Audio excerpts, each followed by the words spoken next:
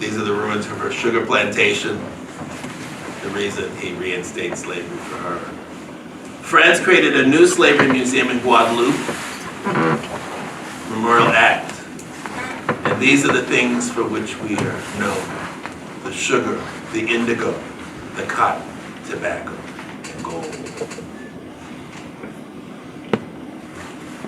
Many forms of restraint. I've never seen this kind of display in any museum. And paintings from the 18th century of enslaved women and enslaved men in Martinique. You find these in Barbados as well. So while we study the United States, we must remember that we're connected to this global history. These are other images from Memorial Act. They have the plan. That cross is burning there. And heroes from throughout Africa and its diaspora. That's the exterior of the building, very modern. But on the way there, we see an oxen cart. So you see the modern and the ancient traditions can coexist at the same time. This is a conference that we attended in Barbados last year, the Museum Association of the Caribbean. Caribbean institutions are looking at how they portray their history and their culture. And so we have to have discussions between American, African, European, and America in the greatest sense, the entire continent, to look at how we tell this story. These are those same colonial images of Barbados. Next meeting in November, if anyone wants to go. Museum Association of the Caribbean. And this is the newest museum in Marseille, which also looks at the role of Marseille as a French city in the slave trade.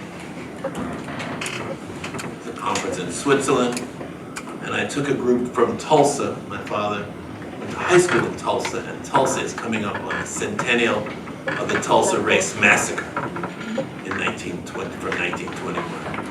When an entire black community is bombed by from the air by airplanes with turpentine bombs. So Tulsa is coming to grips with its history, and we must come to grips with it. Thank you.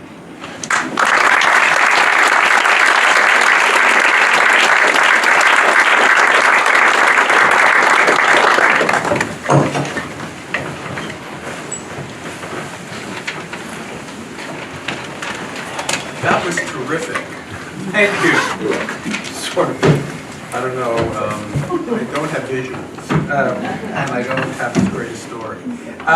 Let me first thank the History Department and Professor Sengupta for the invitation. I'm really honored to be here at an event that celebrates the life and the work of one of this country's great historians, great intellectuals, and great fighters for social justice. Let me talk a little bit about his work and how I've thought about it over time. As I was reading the New York Times Magazine's remarkable issue on 1619, which we've been mentioning, and for those of you who haven't had the opportunity to take a look at it, I would certainly urge you to do that. When I was reading this, I kept thinking about John Hope Franklin and his work, especially his landmark book, From Slavery to Freedom, which was first published in 1947. That book offered up not only a quote-unquote history of American Negroes, as the subtitle explained, but it also insisted that African-American history was central to the larger history of the United States. I have made a conscious effort, Franklin wrote in the preface, to write a history of the Negro in America with due regard to the forces at work which have affected his development. This has involved a continuous recognition of the mainstream of American history and the relationship of the Negro to it. Thus, he continued, it has been necessary to retell the story of the evolution of the people of the United States. It was no longer, it was not about a group of people, it was a reconfiguration of the whole thing. Now, John Hope Franklin's project may now seem perfectly sensible, but in 1947, this is 72 years ago, and for many years thereafter, it was a fundamental challenge to the way that the history of the United States was conceived.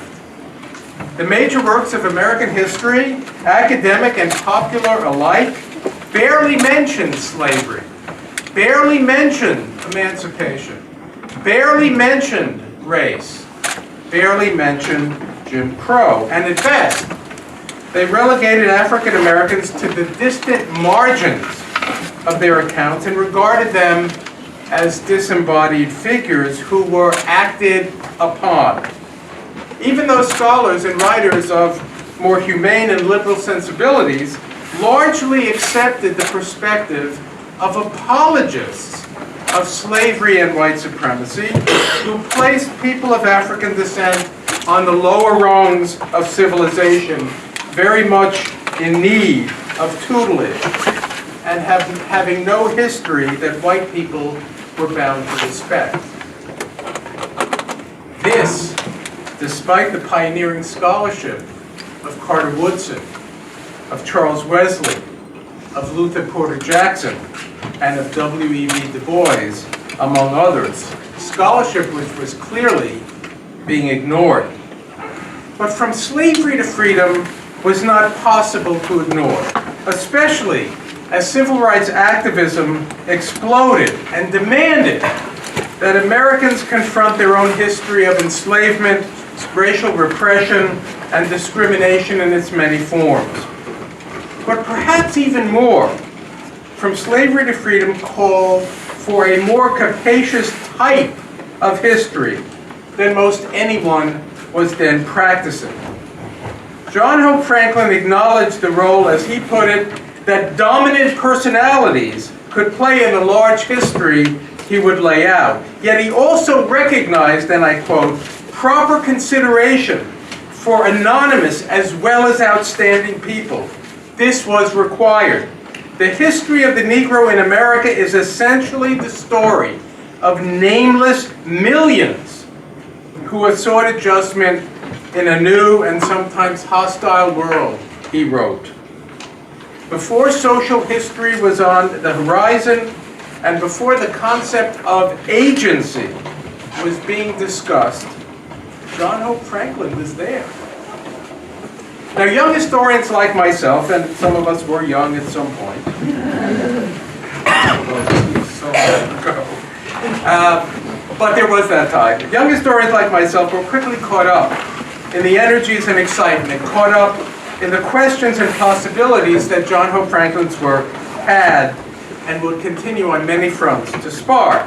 I can remember very vividly when I was a second-year graduate student sitting in front of a microfilm machine in the university library reading the newly available papers of the Freedmen's Bureau, this organization that was created by the federal government to oversee the transition from slavery to freedom.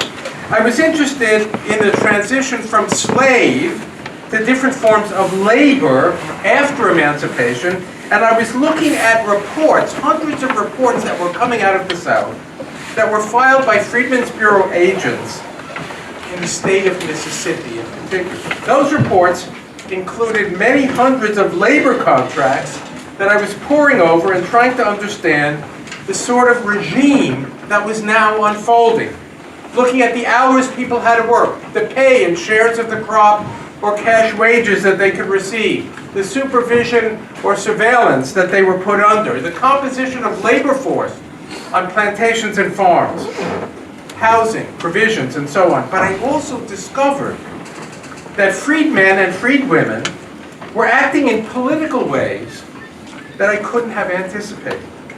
By early '68, reports coming from Mississippi, out in remote areas, were complaining that laborers, black laborers, were leaving their work on Saturdays and walking 25 miles to go to political meetings against the wishes of their employees, and sometimes in the face of double-barreled shotguns. What was happening? There was little in the developing literature outside of the work of John Hope Franklin and W.E.B. Du Bois that saw emancipated African Americans as political actors on the Reconstruction stage. Indeed, for the most part, African Americans were viewed as pawns in a political match between white people.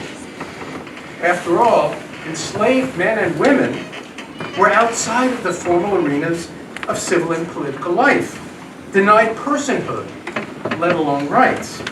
How could they organize and fight so quickly on their own behalf?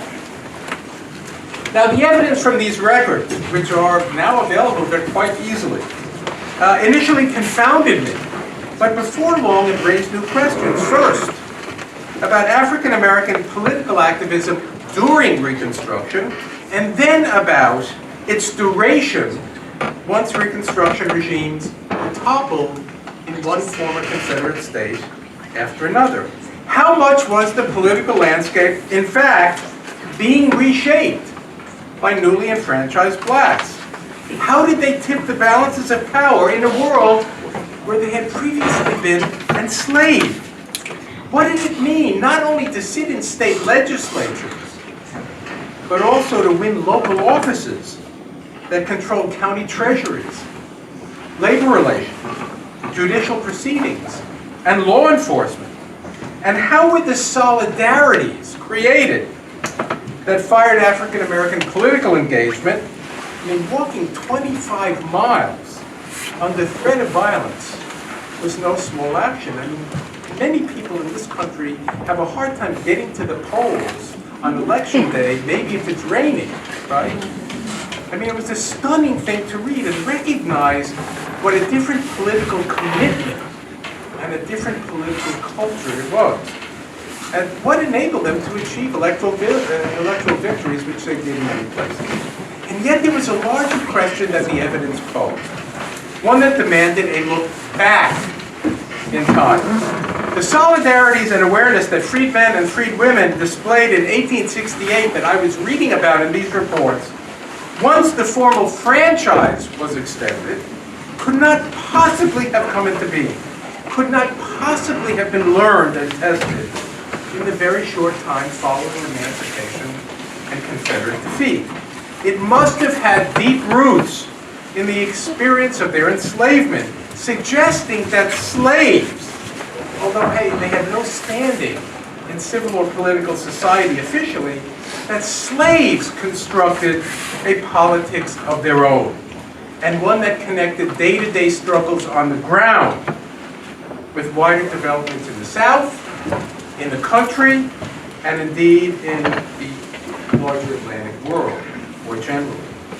Availing themselves of complex communication networks that linked their quarters on plantations and farms for many miles around, they learned about a lot of important things.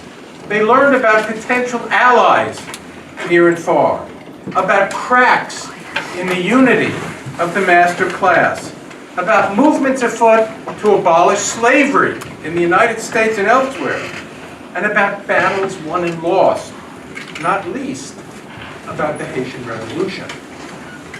This is why enslaved communities across the South pulsed with expectation when Abraham Lincoln was elected president. This is why, when these communities heard of the Union Army's proximity, they rose up against their owners, headed to Union lines, and at the first opportunity took up arms against the slaveholding rebels.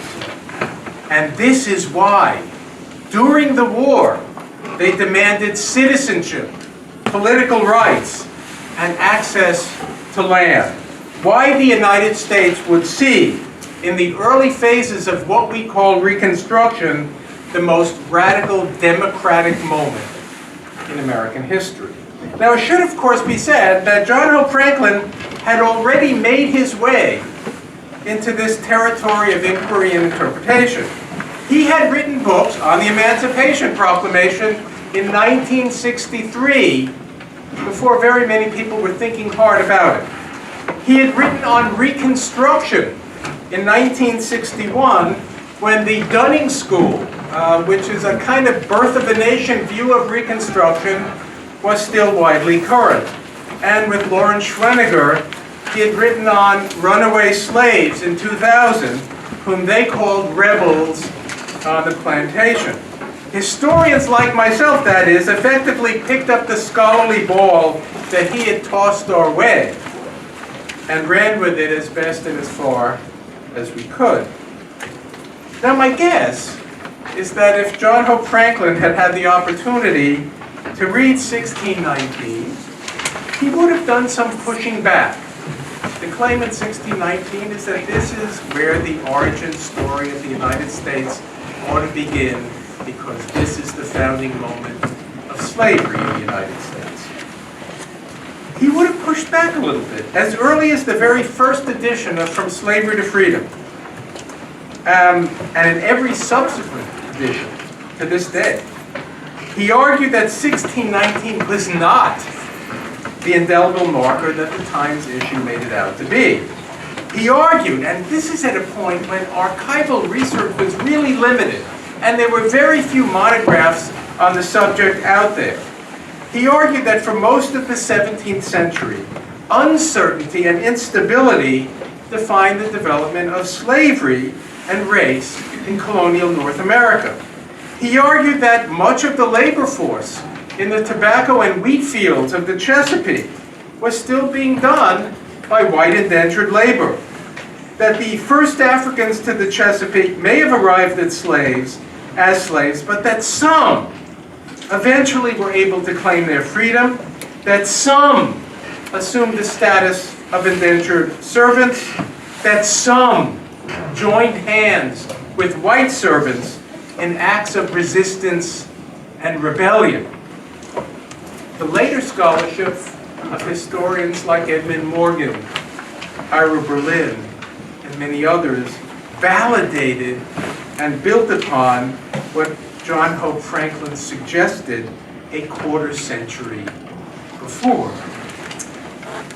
Now, Franklin may also have worried that the authors of 1619 did not give sufficient attention to black political and cultural agency, to black projects of community building, and to the ways in which African Americans, burdened by enslavement and by Jim Crow repression, nonetheless were able to envision a remarkably expansive democracy that this country has still to achieve, and to envision and act upon an assortment of futures